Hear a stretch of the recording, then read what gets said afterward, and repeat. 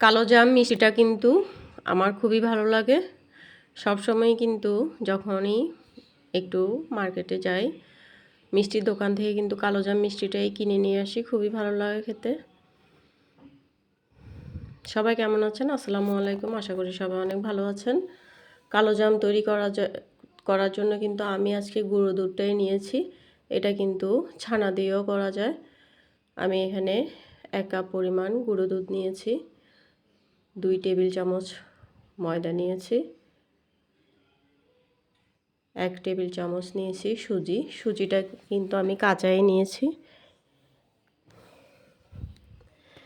এরপর এখানে আমি চায়ের চামচের 1 চামচ নিয়েছি বেকিং পাউডার। বেকিং সোডাটা না, বেকিং পাউডারটাই নিতে হবে। এরপর আমি এটা খুব ভালোভাবে এভাবে হাত দিয়ে একটু মেখে নিব। এরপর এখানে আমি সামান্য পরিমাণ ফুড কালার ইউজ করব। কালো জামটা কিন্তু ভেতর থেকে একটু লাল, গোলাপি, অরেঞ্জ কালারের হয়। যেরকম ফুড কালার দিবেন, কালো জামটা ভেতর থেকে সেই কালারটাই হবে। ফুড কালারটা দেওয়ার পরে খুব ভালোভাবে কিন্তু আবারও একটু মেখে নিতে হবে। এরপর এখানে আমি 1 চামচ পরিমাণ ঘি দিয়ে দিব। ঘি দেওয়ার কারণে কিন্তু কালো জামে খুব ভালো একটা ফ্লেভার আসবে।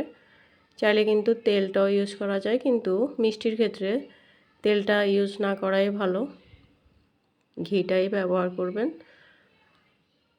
সবাই এভাবে কিন্তু শর্টকাট টাইমে অল্প সময়ের মধ্যে এভাবে কালো জামটা কিন্তু ঘরেই তৈরি করে নিতে পারেন।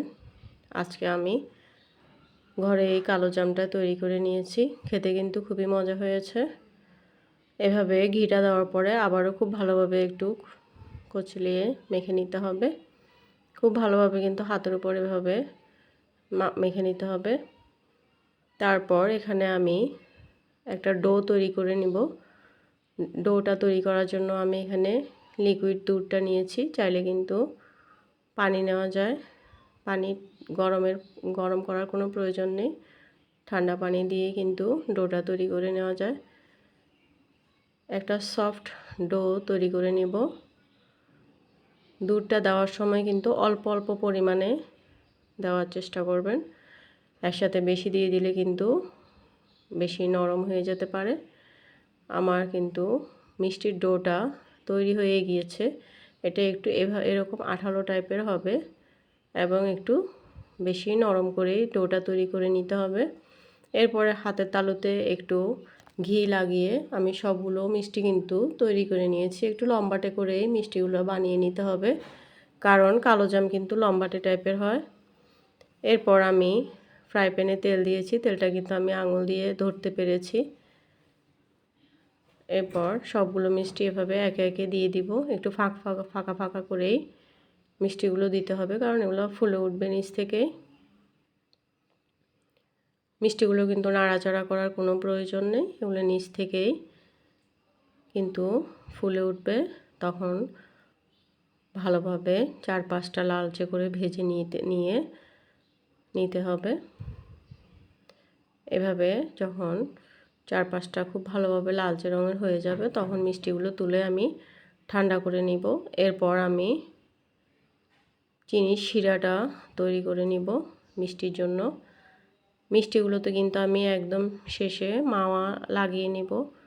মাওয়াটা কিন্তু খুবই সহজভাবে ঘরেই তৈরি করা যায়। ফ্রাই প্যানে 1 চা চামচ পরিমাণ ঘি দিয়ে তার ভেতর 3 টেবিল চামচ পরিমাণ গুঁড়ো দুধ দিয়ে কিন্তু মাওয়াটা তৈরি করে নেওয়া যায়। একটু ফ্রাই প্যানে একটু ঘি দিতে হবে। মাওয়াতে কিন্তু ঘি দিলেই মাওয়াটা খুব ভালো একটা ফ্লেভার হয়। আগুনটা একদম কমে দিয়ে দুধটা কিন্তু নেড়ে চেড়ে মাওয়াটা তৈরি করে নিতে হবে। আমার চিনির শিরাটা যখন এভাবে ফুটে উঠবে, তখন আমি মিষ্টিগুলো সব দিয়ে দিব। দিয়ে দেওয়ার পর একটু নেড়ে চেড়ে কিন্তু আমি 10 মিনিটের জন্য এটা ঢেকে দিব। 10 মিনিটের ভিতর কিন্তু মিষ্টিগুলো ফুলে আরও ডাবল হয়ে যাবে। এরপর আমি মিষ্টিগুলো শিরা থেকে তুলে রেখে দিব। সামান্য যখন একটু একটু পরিমাণে ঠান্ডা হবে তখন আমি মাওয়াতে এগুলো সবগুলো মিষ্টি গড়িয়ে নিব। মাওয়াগুলো লাগিয়ে নেওয়ার পরে কিন্তু মিষ্টিগুলো দেখতে যেমন সুন্দর লাগে, খেতেও কিন্তু মাওয়াটার কারণে কিন্তু খেতেও অনেক মজা হয়। একটু ঠান্ডা হয়ে যাওয়ার পর আমি মাওয়াটা লাগিয়ে নিয়েছি। কেমন হয়েছে সবাই কমেন্টে জানাবেন। সবাই ফলো দিয়ে আমার পাশে থাকবেন। ইউটিউবে একটু সাবস্ক্রাইব করে দিবেন। সবার কিন্তু সাপোর্টে কিন্তু আমি এগিয়ে যেতে পারবো। সবাই অনেক ভালো থাকবেন। আল্লাহ হাফেজ।